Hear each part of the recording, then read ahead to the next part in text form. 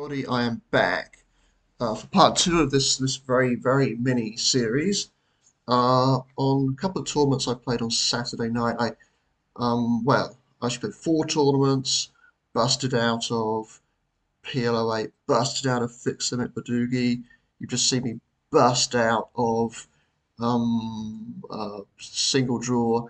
I'm very lucky that I haven't busted out of this yet. I hit a 10 on the river um, just before the end of uh, the first part of this mini series, and that was enough to win, which I didn't expect it to be. So that's why I'm still alive in this tournament. And yeah, 20 to 12 on Saturday night, and see how I get on now.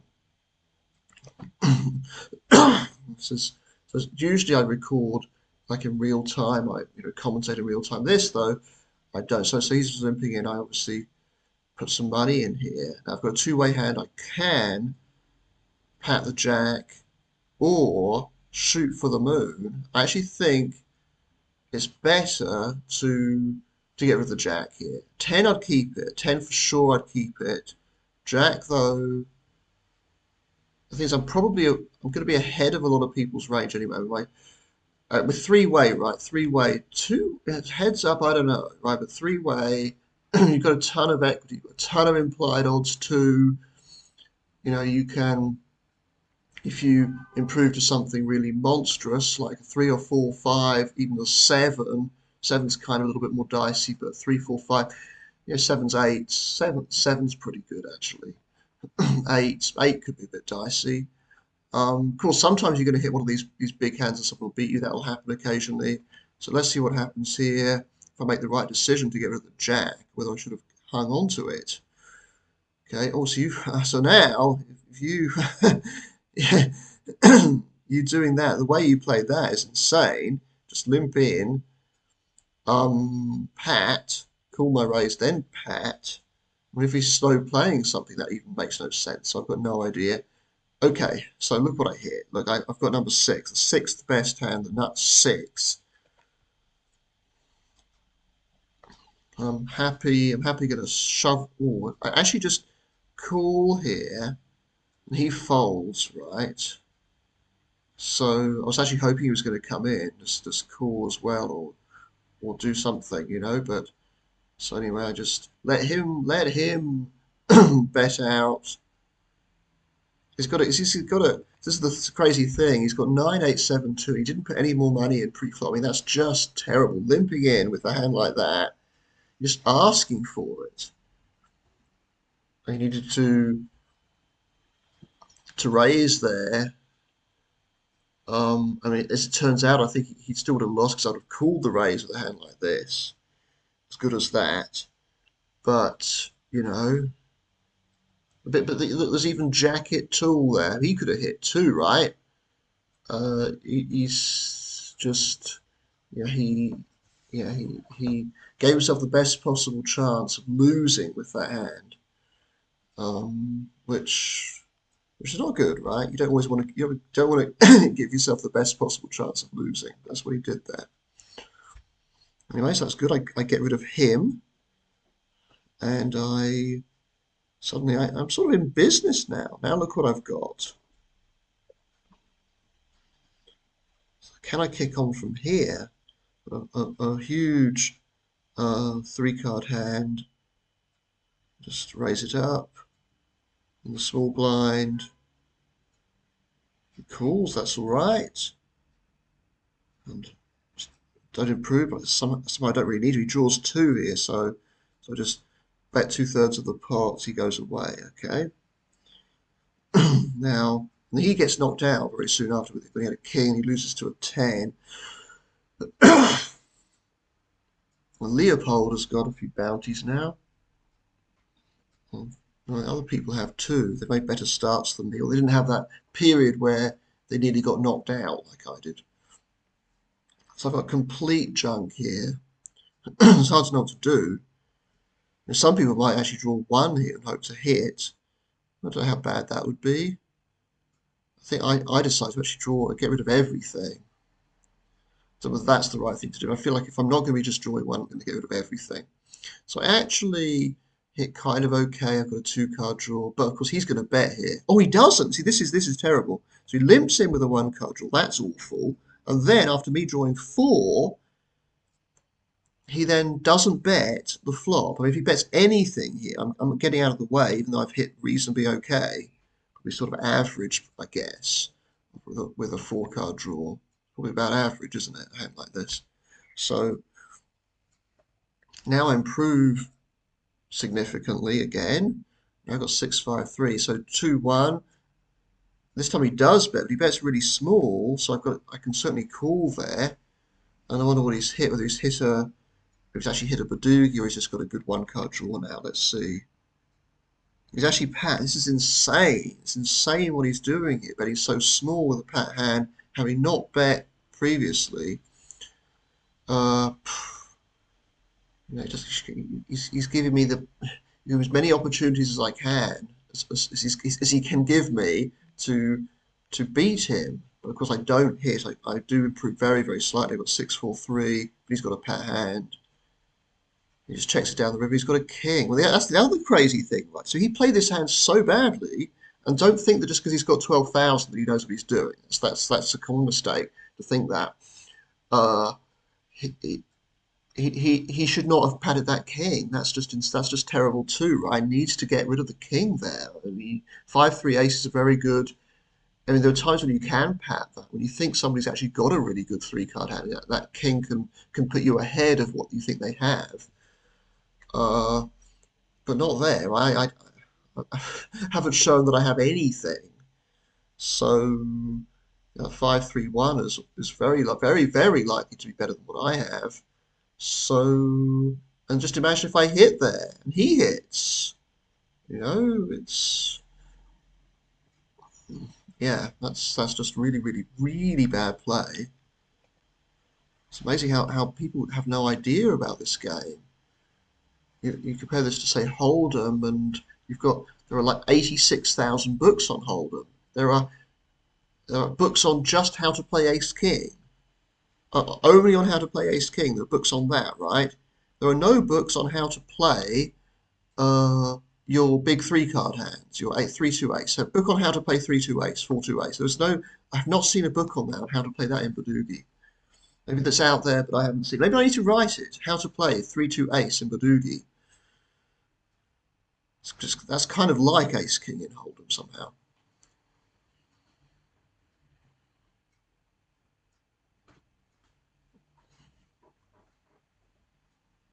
Yeah, bad pat. So I'm putting some notes there. Failed to bet after 4, 1, 2, 1. Well, maybe he did bet after 2-1 actually. Maybe I got that wrong. But the idea is very.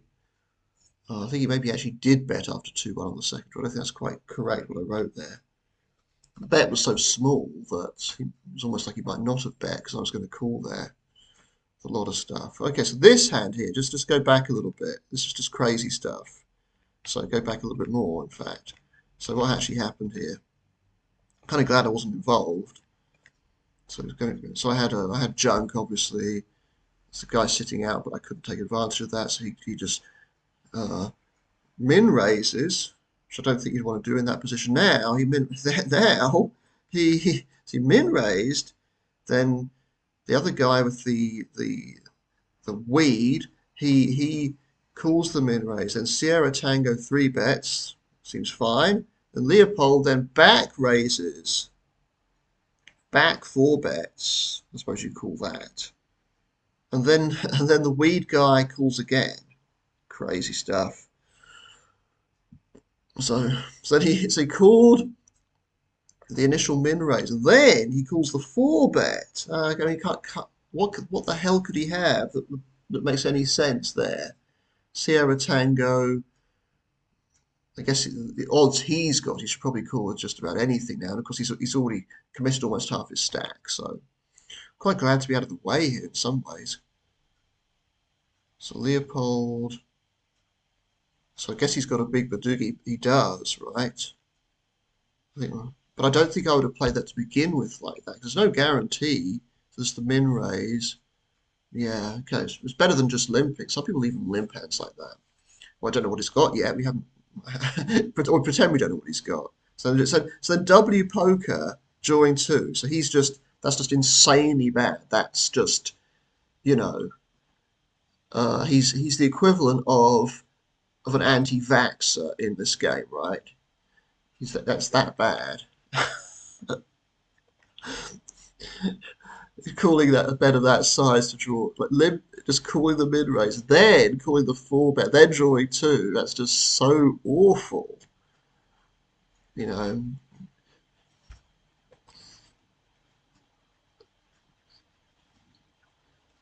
So it's just that bad.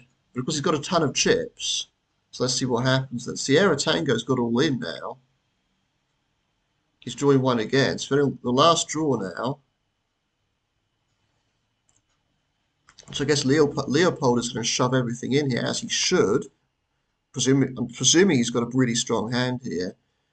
Weed guy calls, so it sounds like he's hit, right? What does Tango hit? Something? Oh, here we go. No, he hasn't. So he didn't. So hang on, this is confusing for me. So he called there with the one draw to come.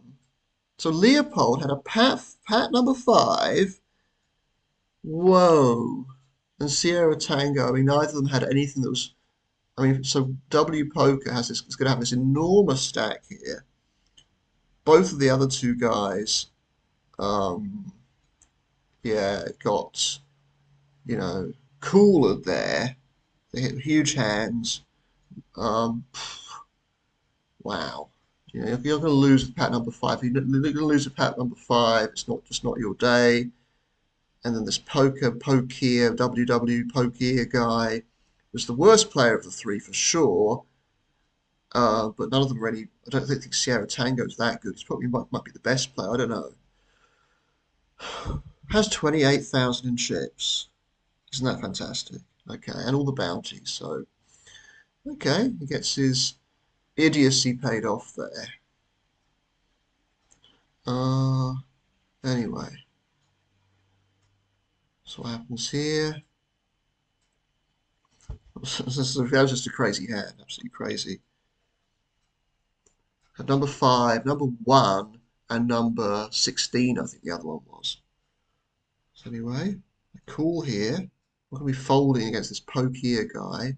Hit pretty well, but he's probably going to be shoving all the time. He does. Um, and I decide to. I'm assuming Pokier's got something decent now. He's not going to be drawing two again. So I feel that I mean, I don't have the odds to call. I'm getting, so there's 4,500 in the pot. We're getting 3 to 1 here. Who knows what the guy with the numbers has? He has a bounty. It's a very small bounty though. Um, so I just feel that getting out of the way is the best thing. I'm going to have to call off a quarter of my stack here to try and see the next draw. I don't know. I decide to fold though. This poke here's probably got something decent. You'd think. But who knows after the way he played the last hand. Maybe he doesn't have anything decent. If I think about it, I get out of the way though. He draws two! Yes, he doesn't have anything decent at all. Because why would I think he had anything decent after the way he played the last hand? The bounty's in play. Maybe I need to call, but I don't have, so I do have implied odds against this guy, right? The other thing, maybe I should have even not just called it, maybe I should have raised there. That's probably what I should have done, you know? So if he called, I'm going to be ahead of his range a lot there. So I think I think I misplayed this. I needed to raise here and risk my whole stack, and try to actually double up here. Uh, wow, that's probably what I needed to do. There's also a chance that I could have beaten this guy. So I need to be doing this sort of thing a lot more, and just not to think, I don't have a badugi, someone's got a badugi, it's going all in, I fold. Okay. So now, so what's happened here? He's just drawn two. Now he's drawn two, and he's hit, right? One in 10 chance he's going to hit. less than 1 in 10 he's actually going to beat this guy because he's right. It's about more like 1 in 20 actually. He had a 1 in 20 chance of beating this guy on that particular draw of hitting a hand because your 10-9 here is slap bang in the middle of what you're going to hit with a two-card draw. So that's your absolute average. So he had to beat that too. So half the time he hits a badugi, he's going to have worse than a 10-9. So wow. So we all would like to be like Poke here. Well, not completely like Poke here, but to run as good as him. We'd like to all run as good as him. Um, so yeah, I misplayed that. Of course, it might have saved me because if he was going to hit something as good as that, well, I would have been out of the tournament. So anyway, decided to play it I decided to play it too conservatively there now. So what's he got? He's three betting. He's just getting it all in. Sierra Tango because he's what am I saying here? He's just rebought immediately after his kind of bad beat there, and he actually wins this, so he gets a double up immediately. That's fine. I think that was perfectly fine. Although he shouldn't be buying in now anyway. That's the other silly thing about this. Just shouldn't be doing that. It's just throwing money away. In a bounty tournament, buying in as late as this, we've been going now for about an hour and a half. Is just so it must be right at the end of 6 minutes. 6 minutes of late reg to go. I'm in 29th out of 42. Not in great shape in terms of my stack size relative to everybody else, but well, there's life, there's hope, there's still plenty of life in me yet.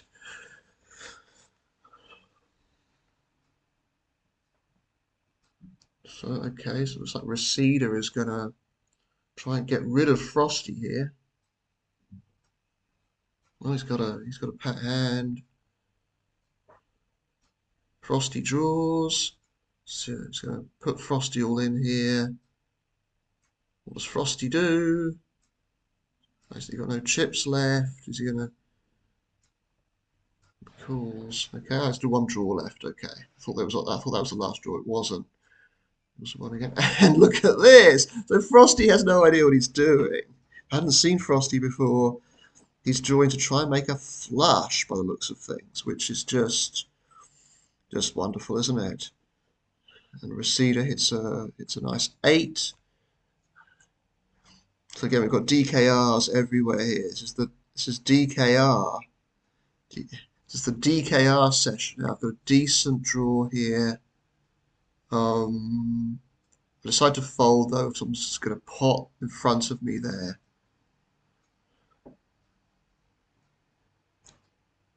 Do I mark him as DKR? You can see I've done that a lot. Done that a lot in this tournament and the one I played before. October 21st, DKR.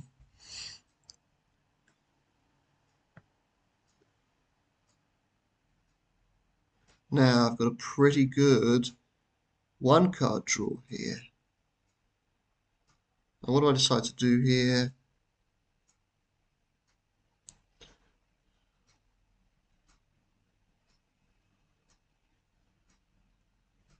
Obviously, I get some more money in here. Have to. The hand this strong.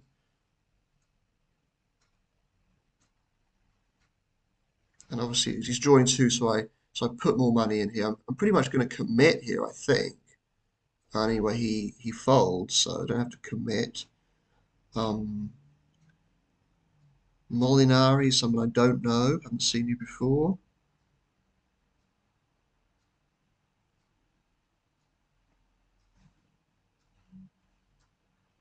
Limping in there, so it's almost a certain size, it's not exactly well, it could be a crab, or it could just be a fish.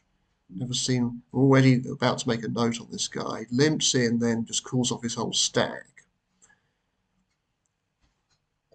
I mean, I guess in 2013 is when he was born. That's not too bad, but I don't think you're allowed to play if you're born then.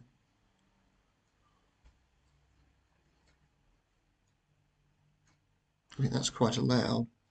So, oh, look at this. There's a big pot brewing here. Nearly 50,000 actually. It's enormous, absolutely enormous by these big stacks. He's still drawing two. He's drawing two. Oh my God. Oh, so does he? Looks like he actually does know the rules of the game, maybe. But this Kuprin there managed to win this enormous pot with a king. That's just amazing. And he starts to trash talk now. Okay, so now what do I do here? I've got I've got a king here. I've got absolutely terrible, one of the worst possible hands you can have. That is a badugi, and he's saying, "Shut up, you dick." Okay, Sierra Tango Foxtrot uniform is what he's saying, and I've got I decided to just ditch the lot. Five way. That's the only way to play this. Absolutely the only way to play this. So what do I hit? Not a lot. Not a lot is what I hit there.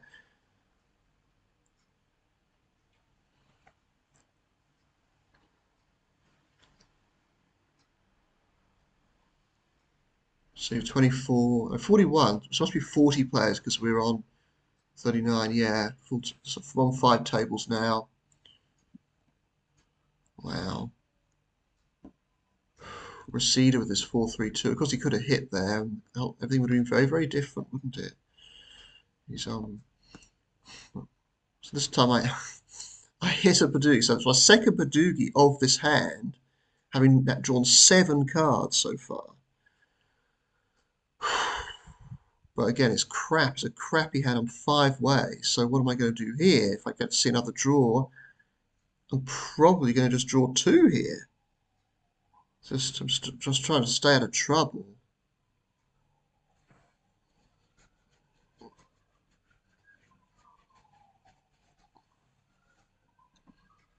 There's an ambulance. It's a bit of a crappy day here. It's wet. Ambulance going off in the background. It's not much fun at the moment. There's umbrellas out there. It's kind of a nice scene in some ways. With leaves just the trees changing colour. Not like this. It was the same time of year that I arrived.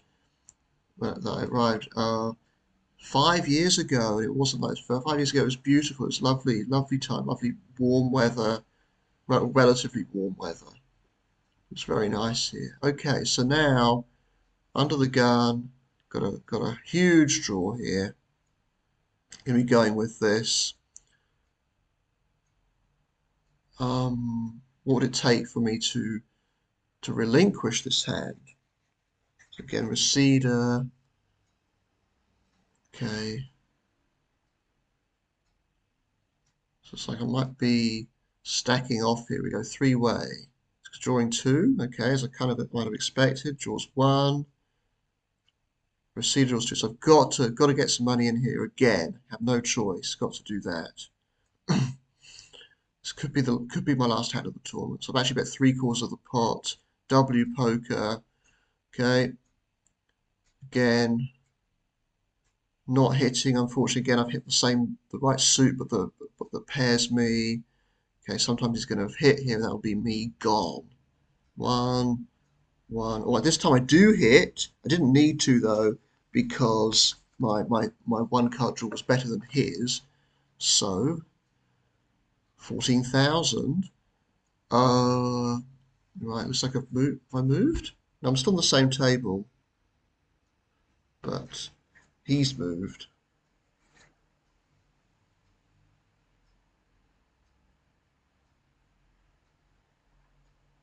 So I just put a bit more money in. He folds. Okay. Now we're down to three tables. Oh, so I've don't really want to see people limping in here because it might just call me. So I've got to get some more money in here. I don't think three times is quite enough, so I go to about 3.5.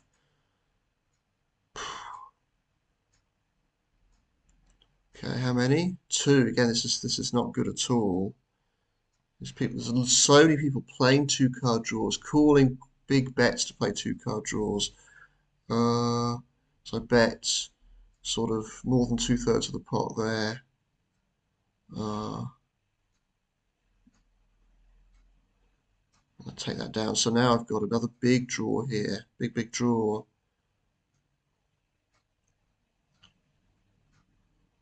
So obviously, I mean, I go for the same amount, exactly the same raise size this time with a non-pat hand.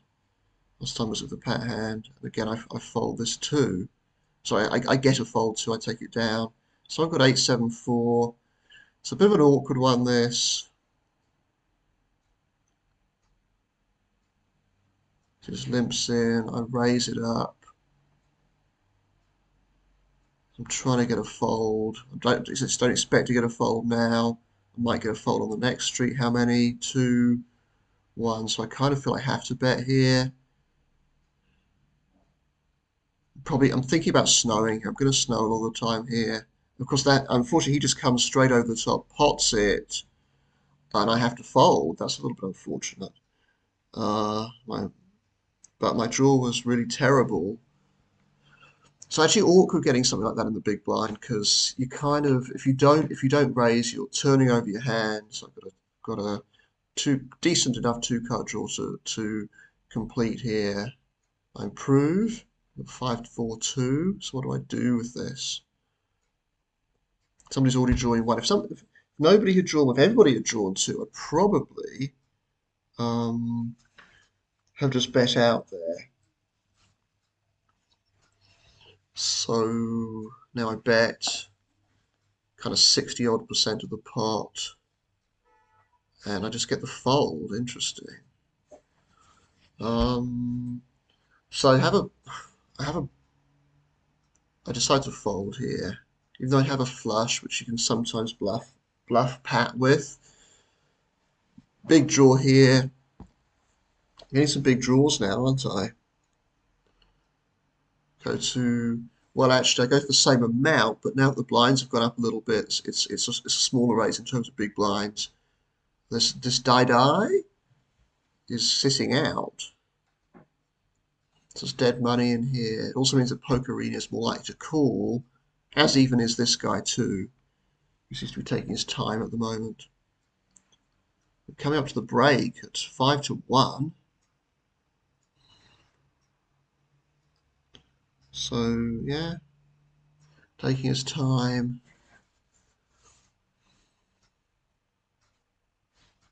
So I mean, the previous Saturday night I did particularly badly. This Saturday night I'm not doing very well, but still a chance I could end up being up for the night, down just a little bit for the night, um, rather than down a lot. Well, it's a lot. It's like $20 or something if I have a really bad night, which I had the previous week. I remember it. Bombing out of all 4 tournaments. So anyway, he folds. Of course, there's all that dead money in there, so I don't blame him for calling with a two-card draw. This time I hit a king, but 80% of the pot. He goes away, okay. I was going to draw there again. I wasn't going to keep the king. Well, actually, keeping the king, it does have increases your fold equity, but I just don't think he was calling there so you don't have any future fold equity. No, 5-4-2, another big draw. Draws one this time. Still going to bet this because I'm ahead of his likely range here. Roughly 2/3 of the pot. Well, now look what I hit. Ooh, isn't this fun? But just under half the pot this time. He goes away. Ooh, it's a shame he didn't call me there. It really was a shame. So suddenly I'm up to 23,500. Eighth place. Eighth place out of 18. So 18 left. People have been dropping fairly quickly. Well, it's just come back from the break now. 1 o'clock. 1 a.m. 10th of the 10th. 0101 on the 1010. And now I've got a huge draw.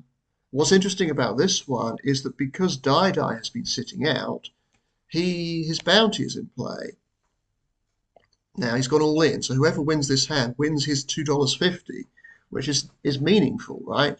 It's not like he's got $1, he's got $2.50. So it means I really want to try and win this, and I've got a big hand. I'm lucky enough to have a big hand. I don't cover Abuzine, if you pronounce it that way. I don't cover you. So if somehow we end up all in, You started the hand with 24,400. I've got 23,400. So, and you just min raise. So this one, I've got to re-raise this. Get Hapes out. Because, you know, who knows what he's going to do. He might be tempted to call with a lot of stuff if I just call here. So I'm going to have to re-raise it. It's the only thing to do.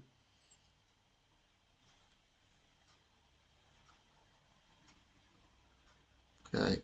Caesar, he gets out of the way. I go up to 3 times that raise. Feels about right. See what happens now. What does Hapes doing? He folds. In fact, they all fold to me, and that's funny because so I take it down uncontested. I get the 250 without actually having to see any draws, which is kind of interesting. Didn't expect that. Expected Abuzine to call me there. Um, so I get 250 for that. Another little bounty. That's kind of helpful. Uh, I think I have $4 in bounties now. I must have. Wait to see how much I've won in bounty. So $1 is your starting bounty. It's double the difference between my bounty that you get for knocking me out now and the starting bounty. So 3 minus 1, and then double that. So $4. Okay, so 2, 3. I've hit well enough here to call, to bet rather. I bet this again. It's because there's a chance he's going to hit something better than this. Bet 2/3 of the parts. He calls. Okay, this is a bit awkward now because he could certainly hit something that beats me, and then what do? Don't think I could fold there. Like it didn't seem like he hit. And I take down that pot, right? So 28,000. 10th place out of 17, though. But that might's probably inaccurate now. I think we're a little bit better than that. Yeah, 6th out of 17. Oh yeah, a lot better than that. Fold this. Suddenly, we're about to get onto 2 tables. I'm in pretty good shape here. It's one of those I've reached numerous final tables this way, sort of having some kind of tricky, not great starts and come back and made the final table, finished second or third or something. Notice how this time I do know which card to get rid of. I get rid of the ace of spades because, say, the 10 of spades is still available in the way that the 10 of clubs isn't. So I might want the 10 of spades. I'd be very happy to hit a 10-8, 10 of spades, 8 of diamonds, say. I'd be very happy to hit that. So anyway, I decide to, because I've got a low blocker here as well, decide to open this up on the cutoff here, 2-card draw. Don't go very big, maybe I should have gone a little bit bigger. Abrazine calls me, draws 2 as well, we go 2-2. If he bets, I'm going to fold. No, he doesn't bet, so check this down. This time he's only got a 1-card draw. I'm still drawing 2, obviously. Completely brick again. I've hit a 3rd ace, and he pots it. Looks like he might have a badugi. Get out the way as fast as I can. It wouldn't be terrible to come in here. It's very marginal. I'm playing pretty conservatively right now. On the cutoff, I'd certainly raise that up. So it's close. That one's close. So there's no breaking that you can do with that hand. It's a really bad queen. So I've got a 2-card draw here. I've certainly got enough to call this min raise with. Okay, so I check. And how much? Bets half the pot. I also go for the check raise. The question is how much to check raise it to. I make it pretty, make it pretty small, don't I? Maybe I don't know. It's not that small. Uh, I don't know what the best thing to do there is. I feel like I have to check raise there. The only way to play it, then he just folds, which is a bit of a shame. With a good 1-card draw, I think he would have called there. And of course, there's always a chance he's going to have improved to a badugi, and I can stack it. I mean, that was just an incredible, incredible hit. It's going to happen once a month or something that you'll do that. Anyway, got a good 2-card draw here again, but I'm just deciding to fold this. I don't like actually, and it's the same in the. I actually think this is a league, even though it's fairly standard for a lot of people. I do not like to call in the small blind, call a raise in the small blind with a two card draw. I think it's bad generally. Because if you've got something, Abuzine might be raising a lot of stuff. In fact, you're going to be out of position no matter what to everybody. Um, so yeah, in that position, I would have folded in limit badugi 2. So now I've got enough here to want to re-raise. He's got, I cover him now, clearly. How much do I want to re-raise him to? I think I go to 6 or maybe under 6, 5, 6, 6, 6, just under 6. If someone re-raises me, like 4 bets me, I don't know what to do there. Okay, so now we're on 2 tables. Got another monster draw here, so I've had a few, but of course I'm only showing the highlights, I'm not showing everything. So as I'm finished with commentating here, I'll be getting myself a nice coffee. I feel like I could murder a nice cup of coffee right now. So I 3-bet to 8,999, 9,000 basically, with my big 1 card draw. I'm happy to commit here. Such a pretty small raise. Happy to commit. And who knows, he could have a pat 6 or something, but probably doesn't. Just gonna.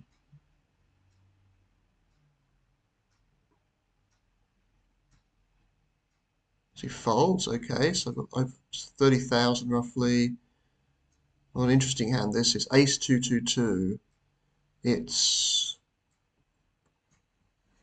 all those blockers to a big hand that somebody could have or can't have. 2 of spades is still there, all those aces and everything. So the blockers are not as important as, say, in triple draw.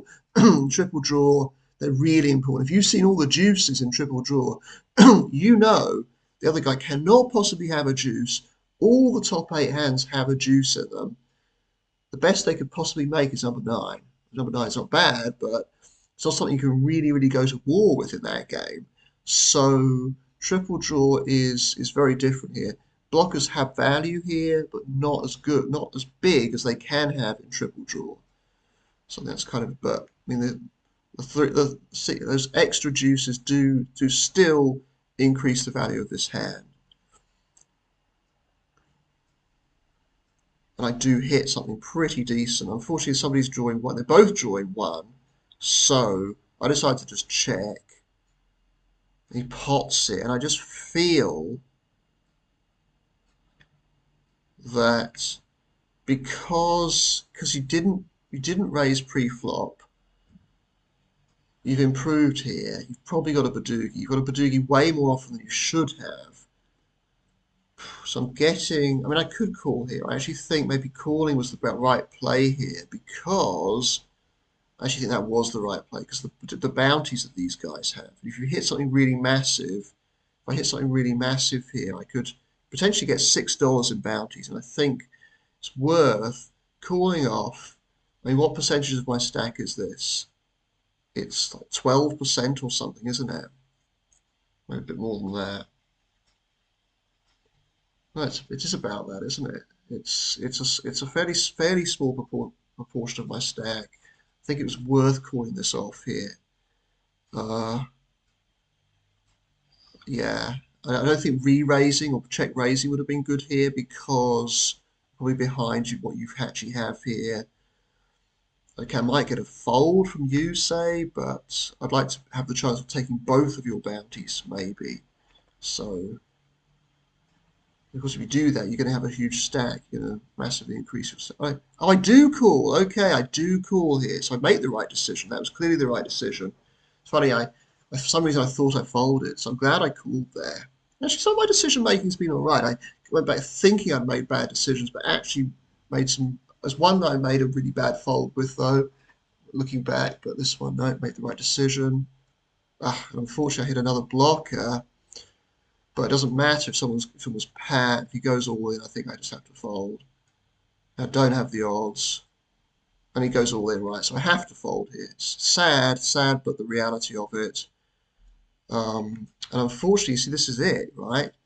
You probably shouldn't have been involved in this hand at all to begin with. Limping in with that. I mean, I don't know. Well, I don't know. You probably need to raise. That's what you need to do with it, actually, in that position. Depends what you had, right? If you had the seven, or if you had the eight, or whatever, you probably could be raising in that position. With either of them. So you get a nice big pot there. Oh well, I think I did played that hand fine. It's got to hit sometimes. That's the thing. You also get his 250 in bounties.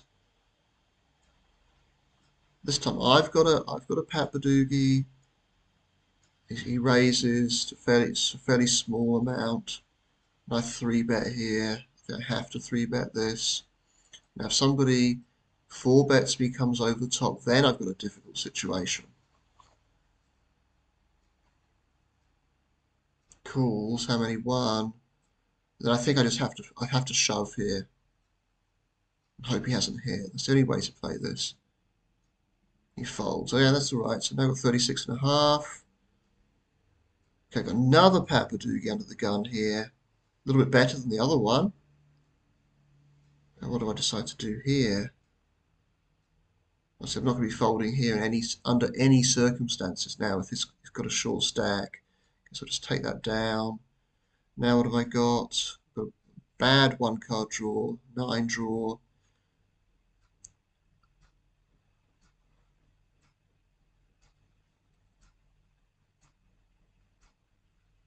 I think I decided to fold here actually. I just don't want to get involved with this. It's going to make second best hands all the time, even though it's a small raise. Now I've got a king badugi. It folds around to me, it's a clear raise.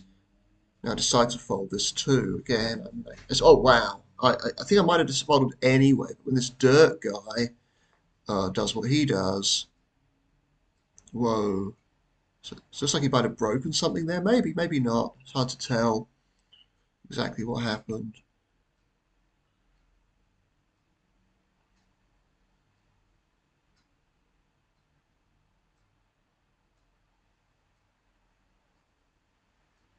Oh, only hits, right? Well, to be honest, I'm glad he hit.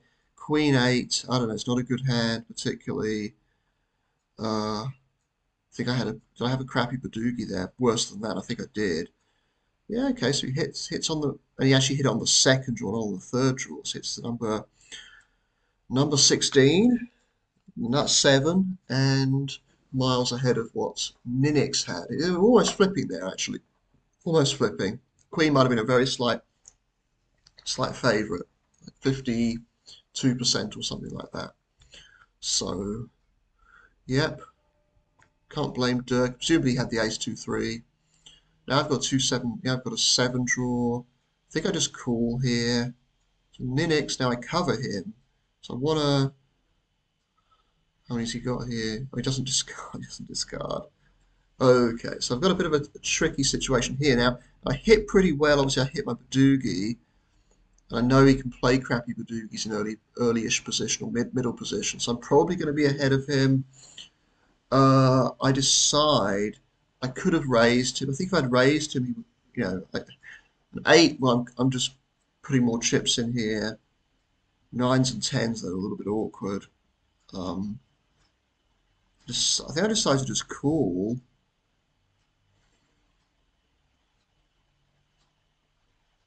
He's probably getting a bit suspicious now. So I bet two-thirds of the pot. It's probably a little bit too much. Maybe I could have gone for a smaller bet there. Looks like I clearly had a better hand than him, what he had. Um,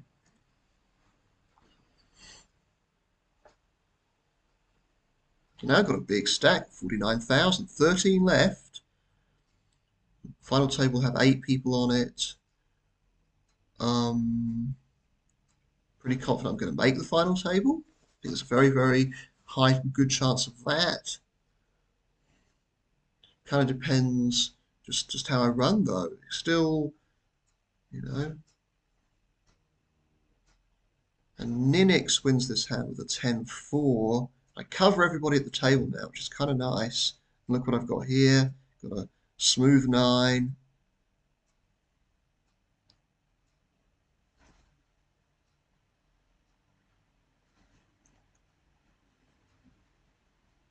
Nice, only about just over 2.5 times. That's enough to take it down. I feel like I probably should have gone a little bit bigger. 51,000, isn't that nice? The difficulty arises when you play against other big stacks, and you can lose your whole stack there. And well, you can't. I can't at the moment. I could lose the majority of my stack. You always got to be a little bit careful when tangling with the bigger stacks. Actually, there are no small stacks on this table. We're all actually very close. I do have the biggest stack, but not by that much. The other table has a bit more of a range of stacks, bigger stacks and smaller stacks. This one we're all fairly sort of much of a muchness. So draw two. So I have to bet this. 40% is not good enough. I don't think so. I get a bet 55% or something. I call this raise. Okay. He draws. Okay, I go for. I think I just check. I go for a check raise here. That was kind of interesting.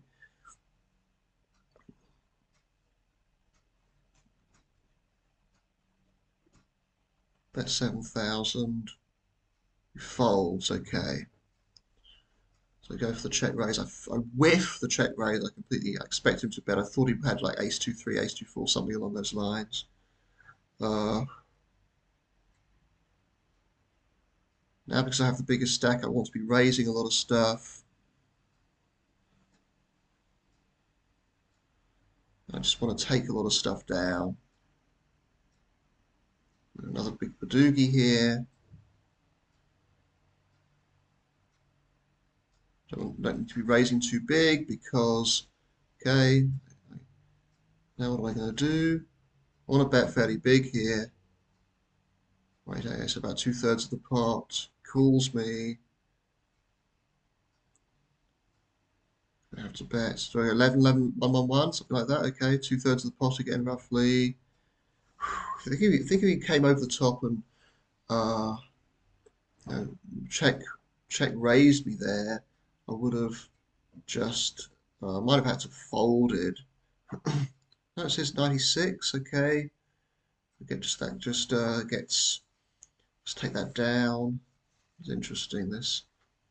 So now I've got 65.5. A lot of chips here.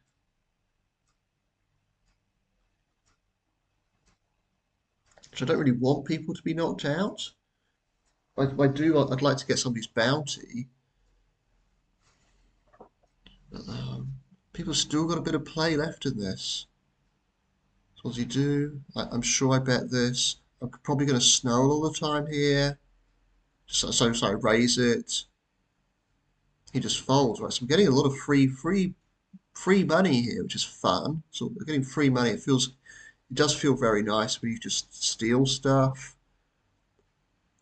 So when you steal blinds, you pat, you snow, all of that sort of stuff is a nice feeling. It gives you a little warm, fuzzy feeling somehow. Not that I'm like that as a person, but um, when you win pots without really having anything, it does feel good.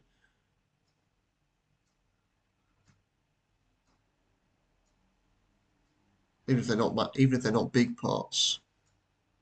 So again, I'm going to be raising this up too.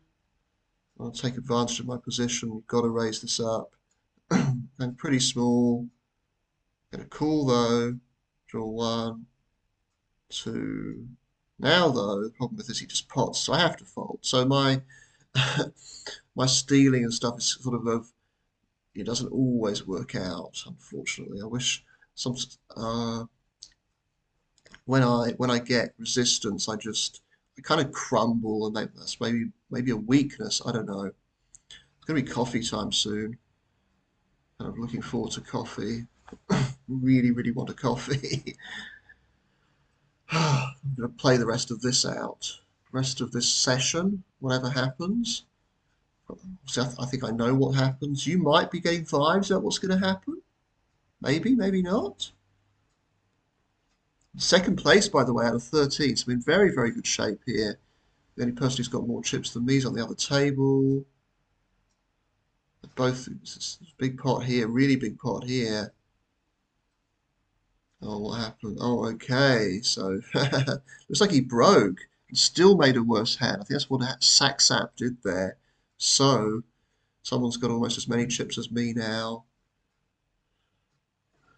It's a big pot. It's got $10.50 in bounties. This is really, and because I cover him, it's something to be to consider. That's quite a bit of money there.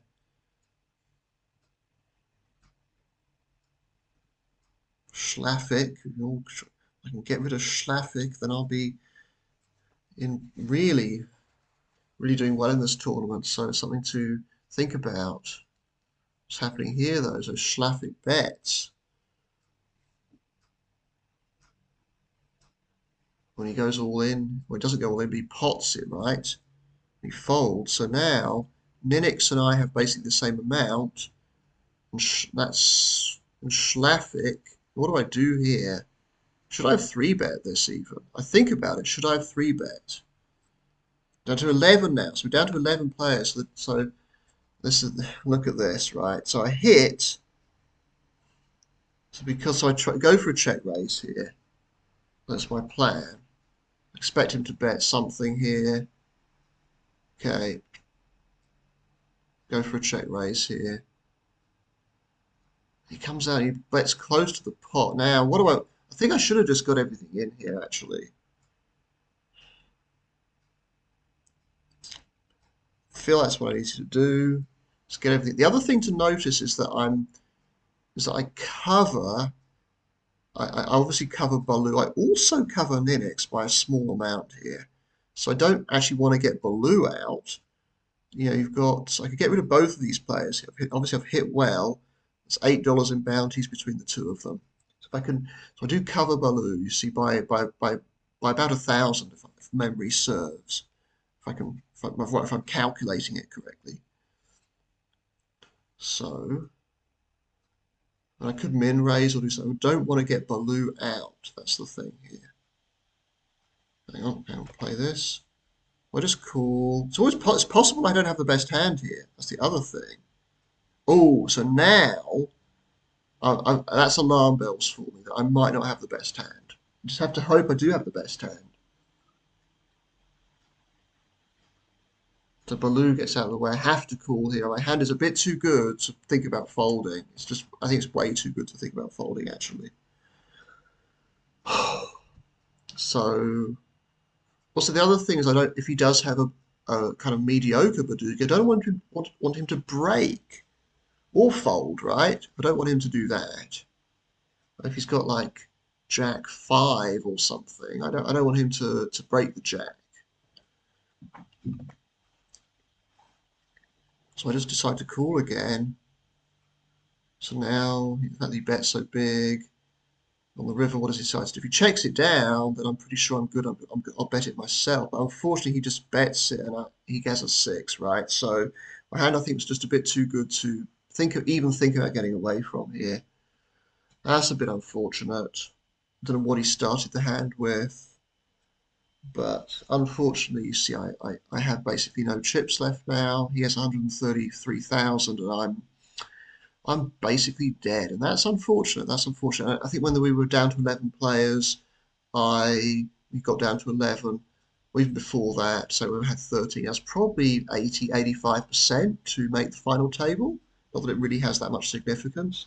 Now, of course, I'm highly unlikely to do that. So I'm going to fold this. Okay. It's a payout jump at 9, by the way. So if somehow I hang on until two more people get knocked out, like one on this table, one on the other table, like Baloo is now very short stacked. This looks like he's getting all his chips in here. So yeah, you get knocked out there, right? So now we're down to 10. I'm thinking, well, if somebody else gets knocked out, maybe on the other table. You might not be aware of how short I am because I have to go with this now. Have to go with this hand. Decides to to just to pot it. He draws three. He wants Dirk out, I guess. That's an interesting play. Of course, I've got a 3-2-1. I hit very well. I do have the best hand, so I now have nearly 3,000. I'm doing fantastically well. This time, though, I have a bad hand in the big blind. Can't fold, though, because I've got most of my stack in here. Have to call here. What's the best thing to do? Probably draw to the 8-5. I think that's the best thing here. That's what I try and do. That's what I do. That's what I do. And now improve, if you can call it that, to 9-8-5. Now 8-5-3. But I miss. And actually, I was drawing live, even with, yeah, not with the 9-8 I wasn't, but with the 8-5-3 I was. So, and I get knocked out then, 10th place. So I had a little bit of a cooler just before, just a couple of minutes earlier, and that was that really. So that's the end of my night of poker. It was quarter to 2 in the morning. I get off to bed finally. Yes, that's me. I think over the four tournaments, I think I lose a little bit. Don't make a lot of money from this tournament. Can't remember what I get back. But so I think I lose like $3 over the four tournaments or something. Uh, I didn't get a ton of bounties. I got, the 10th place money. Quite a big field here for badugi. Um, there's a definitely a profitable tournament on average. Obviously, I was very lucky early on to survive. I hit that 10 of diamonds, I remember. But anyway, that's me. That's the end of this little session, this little very mini series of two videos. Hope you enjoyed them, and I'll be back very soon. I might actually put up some more. Might actually put up one hand from a fixed limit tournament that I played, where I had a decision to make. I thought it was kind of interesting. There's just a bit of probability theory going on there. I put that up. I put another session up as well that I played last week. So anyway, it's a horrible day here. Horrible. I hope it's a little bit better where you are. I hope the sun is shining where you are. Or at least it's not absolutely tipping it down like it is here. But, it's definitely coffee time. Can't wait. Actually, I'm gagging for a coffee. Calls to 11 in the morning here now.